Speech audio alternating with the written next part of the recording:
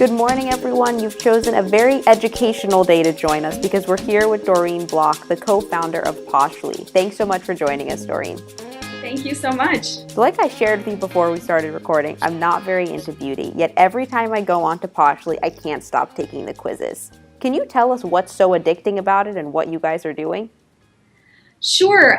We honestly were really inspired by a couple tech companies in terms of how we do the gamification on Poshly. The idea, for those who don't know, is that we want to gain a lot of personal data about people's beauty preferences, their physical attributes that might matter for their beauty purchases. And how we work on the site is that you answer questions in order to enter to win beauty products. So we were really inspired by companies like Hunch. They got acquired by eBay a couple years back. That one-click technology where it's really just fun, easy, fast to answer questions. That's where a lot of the inspiration came in terms of how we do that gamification on the site.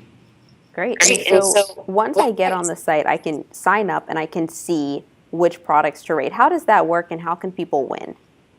So we work with a lot of influencers who are beauty product obsessed, and they pick their favorite products. We've had people from the Real Housewives of New Jersey. We've had Miss America pick her favorite products for Poshly. We have celebrities and magazine editors all the time who pick their favorite products. They tell our community about why that product is one of their favorites, and then the audience can enter to win that product. And every Wednesday, we are always showcasing the winners and hearing from them about how they're incorporating those new products into their beauty routines.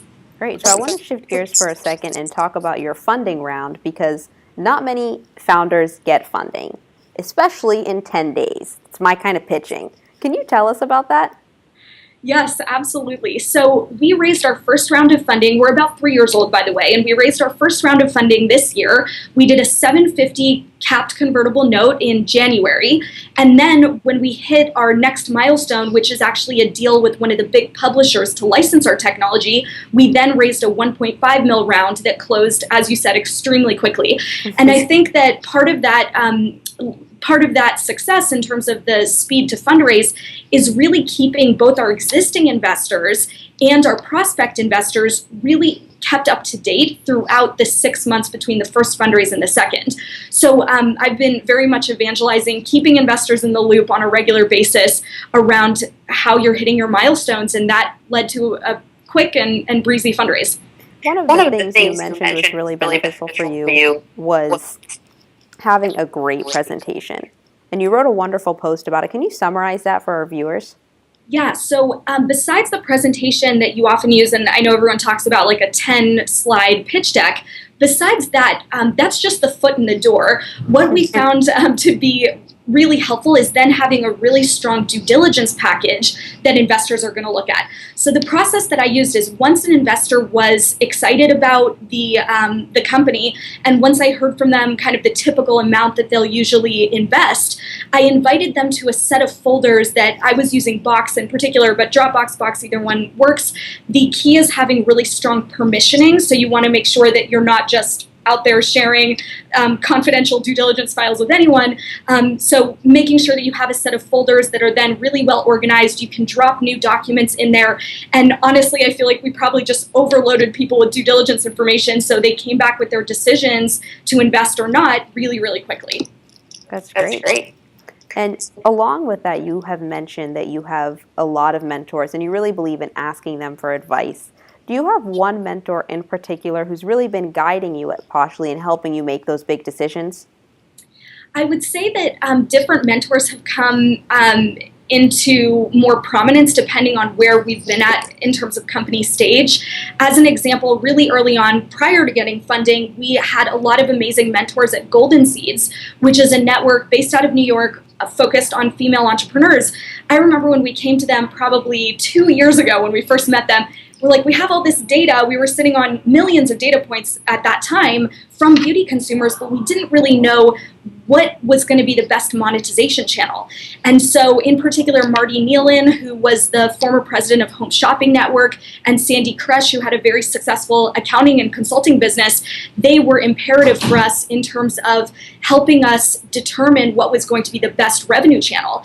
And from there, I've had a lot of other great mentors too. And I think investors in general, beyond just being a source of capital, can be an amazing resource for advice and counsel.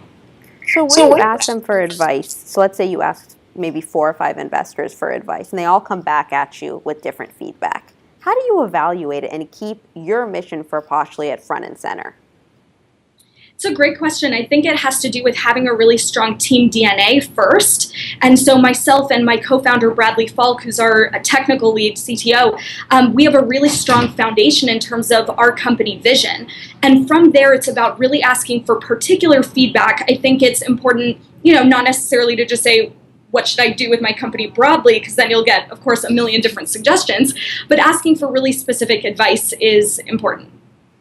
Great. So you've also authored a book, in your spare time, and you have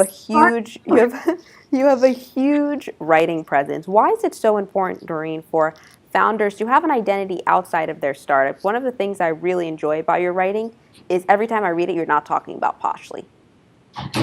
That's true. I think that I've learned so much with Poshly, but I try not to be, too promotional when it comes to advice for entrepreneurs, because I think there's so much more even just beyond this particular project of advice that I can give. And the book is a great example. So I wrote The Coolest Startups in America back in 2012, and it was very much a passion project. Feels like forever ago.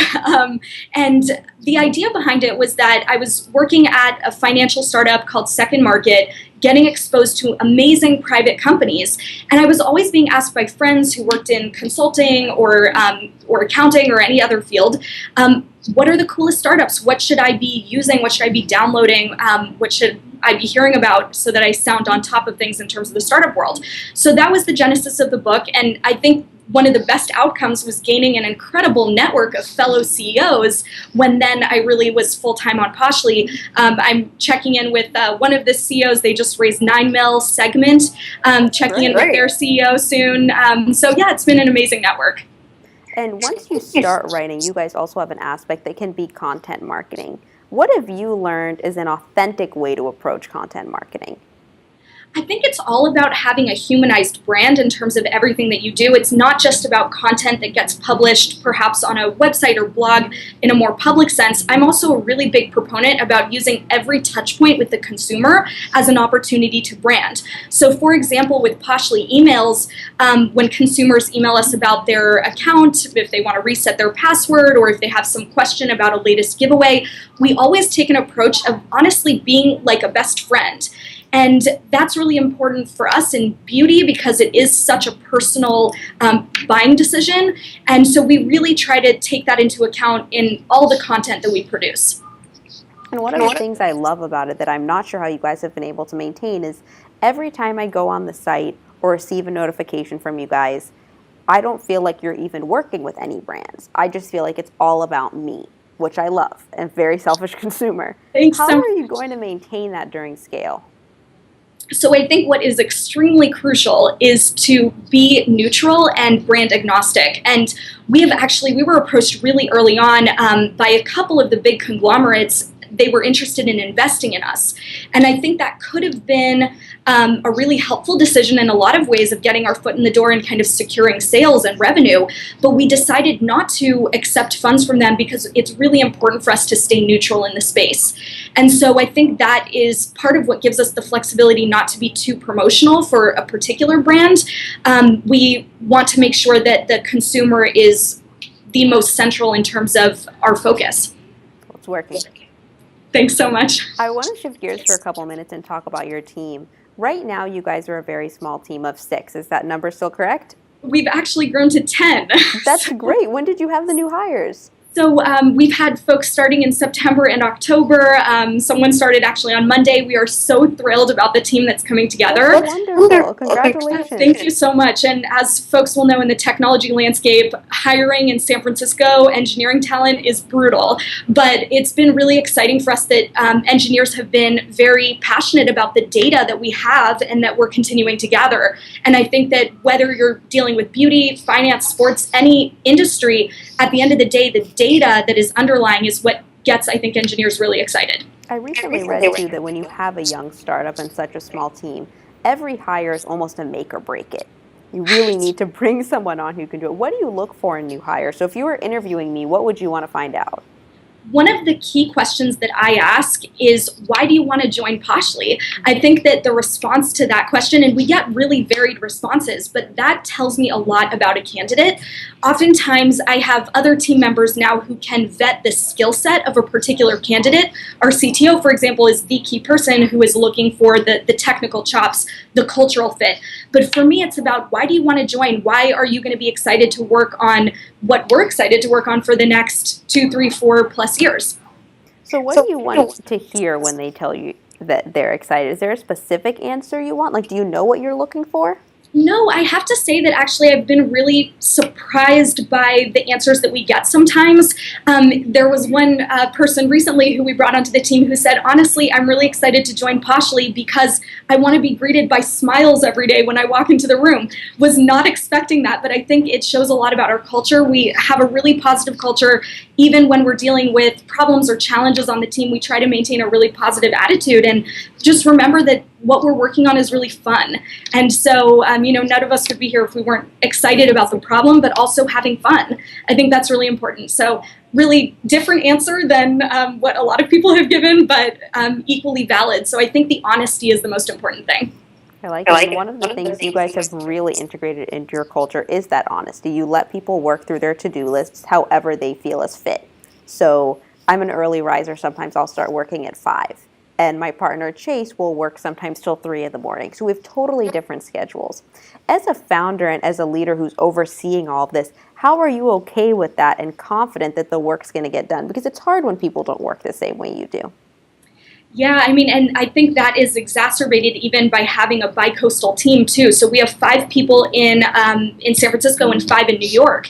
And so when you're dealing with time differences and those differences in schedules, it isn't easy. And I think communication, it's something that we are continuing to work on. We definitely want it to become a core competency on our team. But I think that at the end of the day, honestly, we live in such a 24/7 culture, and people on the Poshly team have their phones and laptops a second away. So I have never felt at this point that anyone's inaccessible. And it's something that I guess we'll continue to track. But for now, it seems to be working well that people are kind of working around the clock at any given time. Great. So do you go back and forth between New York and San Francisco? Yes. Yes, I do. I've been in San Francisco for the past month and a half or so. So it just kind of depends on the business needs. Right now, the core focus is on growing the technology team, growing the product development. So that's why I've been in San Francisco. But then as revenue ramp up becomes more important again in the new year, I'll shift back to New York. But meanwhile, I mean, we have such an exceptional team. And so we've never felt like, we are lagging in terms of holding down the fort in either office. How do you make it feel like a cohesive team when you guys are so far? It's all about, setting up the technology properly. When we have team meetings, we do video share so we can see everyone in both offices. We use Slack, for example, for messaging, so it's really easy just to see how things are going. We're trying to encourage people to even post pictures, share if they're going out for lunch or whatever, and just keep it as close as possible and just keep that communication really open. I have to admit it's something that we are continuing to work on. We've literally grown to 10 people from 3 people in the course of 3 months. So it's part of the growing pains of growing an organization. And, I've been very open with my team that we want to keep working on this and provide candid feedback for making this a core competency. Karen, you've been interning at tech companies since you were in high school. And Yes. when I read that, I didn't even know people did that. I know, right? So that's really impressive. And then you wrote a book, and so I was thinking, God, I'm going to talk to an underachiever today. What are we going to have to talk about? But you've started out so young in this space. How do you want to change it with your work? So it's funny because actually I've seen such a transition in this in my career. Now I feel like middle schoolers are interning. So it's funny that a couple years ago it was, I remember being one of the only ones of my friends, and growing up in the Silicon Valley, we had such amazing opportunities to get involved in tech really early. When I was interning at Yahoo, I was helping on Yahoo's first corporate blog. I mean, it's amazing that that was, first corporate blog. It's amazing that they didn't have one already, but we're talking about early days. I think that there's so much that still needs to change in terms of diversity in technology, better communication among business team members and technology team members. I think that's an interesting challenge that probably a lot of startups go through. And where I've netted out in terms of helping to improve things is really just living it every day. People talk about leaning in and women in tech, and my perspective right now is that instead of just talking about it, I just have to walk the walk and do it. And so that's where I'm at with it. Yeah, I totally agree. It's something I took a couple of gender classes my last few years of school, and to be honest, I mean, I've grown up in a house where my brother and I were very equal. It was never like, hey, Adam, you're going to have a great career. Good luck, Jenna. It's going to be hard work. So I didn't know that these types of things existed. So when I was exposed to it, and being in the school of thought of if you work hard, you'll have success, I've had a difficult time hearing a lot of it because I don't want to be called a female CEO. I just want to call you Doreen CEO. Yes. I want to get rid of that. So you're talking about walking the walk, and as you do it, you're obviously taking everything you've learned along the way to your startup. What's your biggest goal for the next 12 months? There are a lot of goals. I think it depends on what department or function I'm looking at. And I would say that, in terms of revenue, we have certain projections there that I definitely want to hit. On the user side, we have projections that we want to hit there. In particular, we have this big partnership starting with one of the top publishers in the States.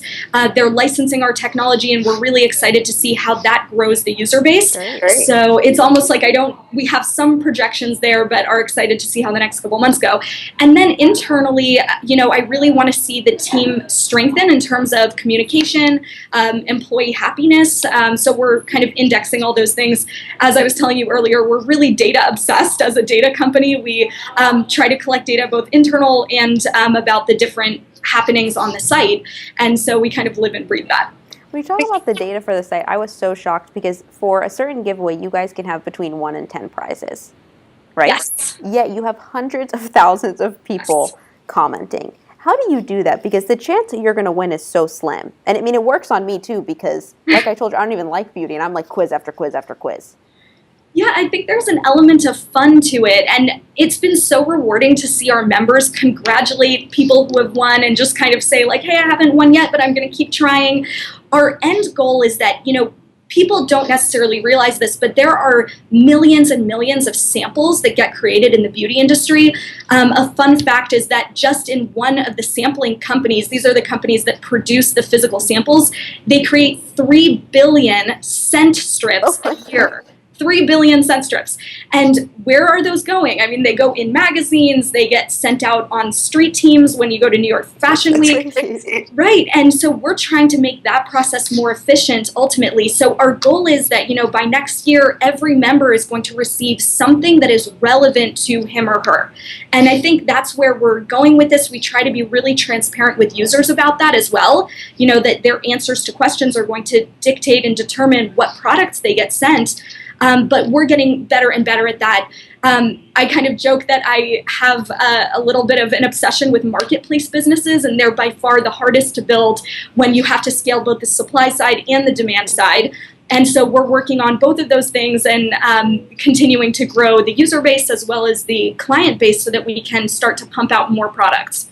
Great. So could we just close with you telling people how they can stay in touch with you and how they can start using Poshly? Absolutely. So Poshly is at poshly.com, Poshly.com. And I'm at Doreen at Poshly.com. You can reach us on social at Live Poshly, and I'm at Doreen Bloch on social. Perfect. Thank you so much for joining us today. Thank you so much. Take care.